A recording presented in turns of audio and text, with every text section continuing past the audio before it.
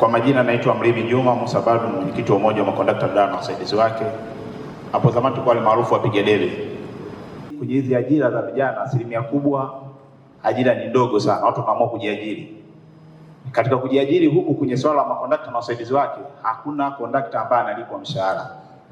Anayetafuta gari ni dereva, akishapata gari dereva anamtafuta kondakta mtaani. Kondakta akifanya kazi na dereva siku ya tatu ya pili mambo yataenda vizuri, anaweza kupata kaposho vizuri. Siku akikosa, kondakta yule anashushwa, anabaki mitaani. Hatua ya mwisho kuwepo mitaani ndio hao unaona wanakuwepo leo, unaona kuna watu wanajua, unaona leo kondakta, kesho unaona anapiga debe yuko stendi. Kishukutwa ni kondakta, kishukutwa yuko chini anapiga debe na madriver. Lakini tuishukuru serikali yetu.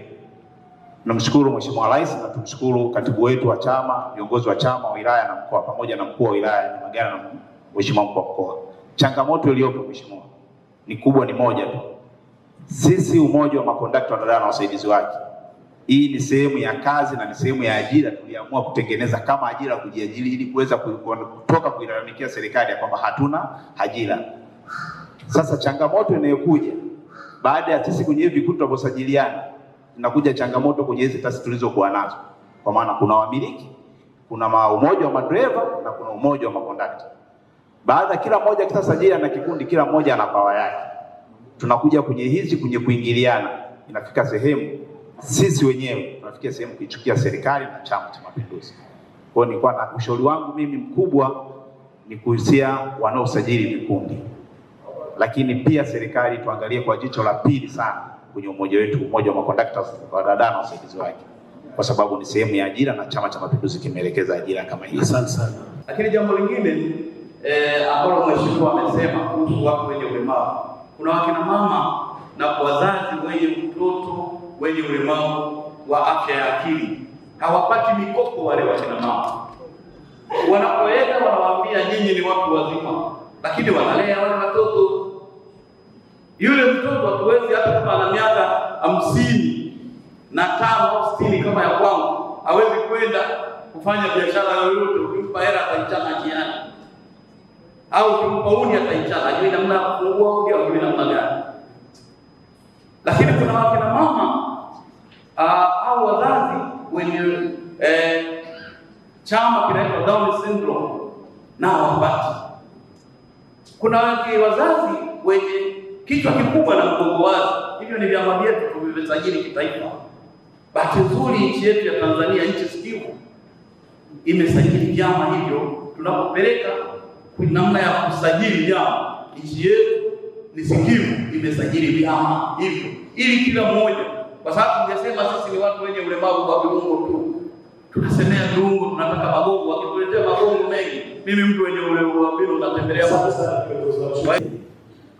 Issue ya leseni ni kwamba kwenda ukishamaliza process zote, unapata TRA kupata leseni, kulipia mapato ya TRA ni shilingi 70,000. Sasa shilingi 70,000, yule anayeendesha lori na yeye anaenda wapi, unakuta naye analipa shilingi 70,000. Sasa swali linakuja, je, ni sahihi?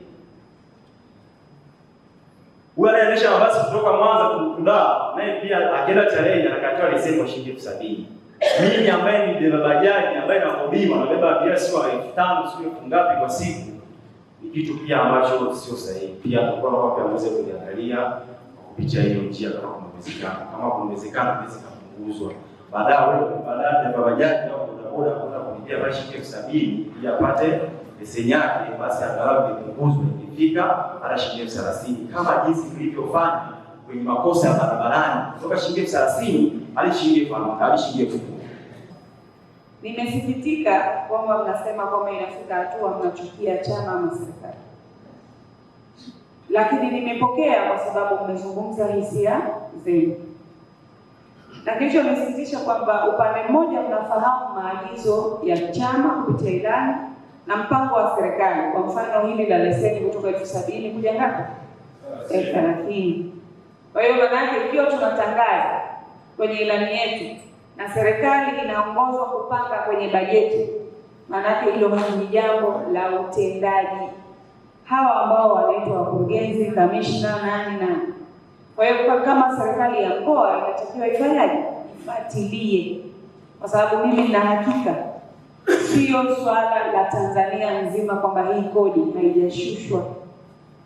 Ingekuwa hivyo kelele isingekuwa kimya, lakini ni swala ambalo pia naliacha kwa mkuu wa mkoa, vyombo husika kama TRA na mamlaka ambazo zinahusika zitekeleze, kwa sababu bajeti yetu kuu ya serikali imepiga hesabu ya 30,000 kwa hili kundi na sio 70. Nikiwa na shilingi 100,000 usiniambie kwamba unatafuta kiwanja cha kazi gani. Kwa mfano mzuri tu, wenzetu wa ulemavu hapa wenye mahitaji maalum wamesema basi tufikiriwe kupata kiwanja. Tuambie kwamba ilo wazo tukienda nalo alafu enda kujenga mtaitoa wapi? Mtaturudia, si ndio? Mtuambie kwamba sasa nataka mtujengee nyumba na mko milioni 10. Watanzania wote ni milioni 60. Alafu tutoe kiwanja milioni 10, alafu mtatuambia sasa mimi hapa nilipo na hali yangu hii najengaje nyumba? Lakini wanachoomba ni nini? Mwanzo. Na kila kitu lazima kiwe na nini? Kiwe na mwanzo. Tumpigie makofi mengi sana Rais Samia. Hakuna mtu ambaye atanyanyuka hapa. Na mimi hili leo nimesema nije tuzungumze ili na nyinyi muwe mashahidi, muone jitihada za Rais Daktari Samia Suluhu Hassan zimemfikia kila mtu. Hakuna mtu ambaye amenyanyuka hajaguswa na utaratibu au na mpango wa serikali. Hakuna. Bodaboda atasikitika kwamba utekelezaji wa 70,000 haujafanyika, lakini manake kwenye mpango vipi? Yupo. Walemavu wanaweza wakazungumza kwa mazingira mengine, lakini bajeti na fedha zimeshushwa. Na jana nilikuwa Dar es Salaam, ofisi ya waziri mkuu imethibitisha mwaka jana peke yake imetoa zaidi ya milioni 400 kuwasaidia watu na vikundi maalum vyenye watu wenye ulemavu. Tukiwa nje tunaweza tusiyajue haya, lakini ofisi ya waziri mkuu ilithibitisha mbele ya kiongozi mwenyekiti wa walemavu wa viungo taifa, alikuwepo kwenye mkutano wangu.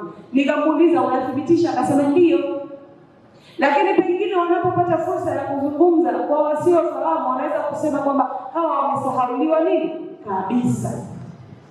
Lakini tunapokutana hapa tutakuja kujua mengi ambayo hatuyafahamu. Isitoshe, kwa kundi letu la walemavu kwa upande wa Chama cha Mapinduzi, tuna viti vya kitaifa 4 bungeni vimetengwa kwa ajili ya watu wenye ulemavu pekee yao.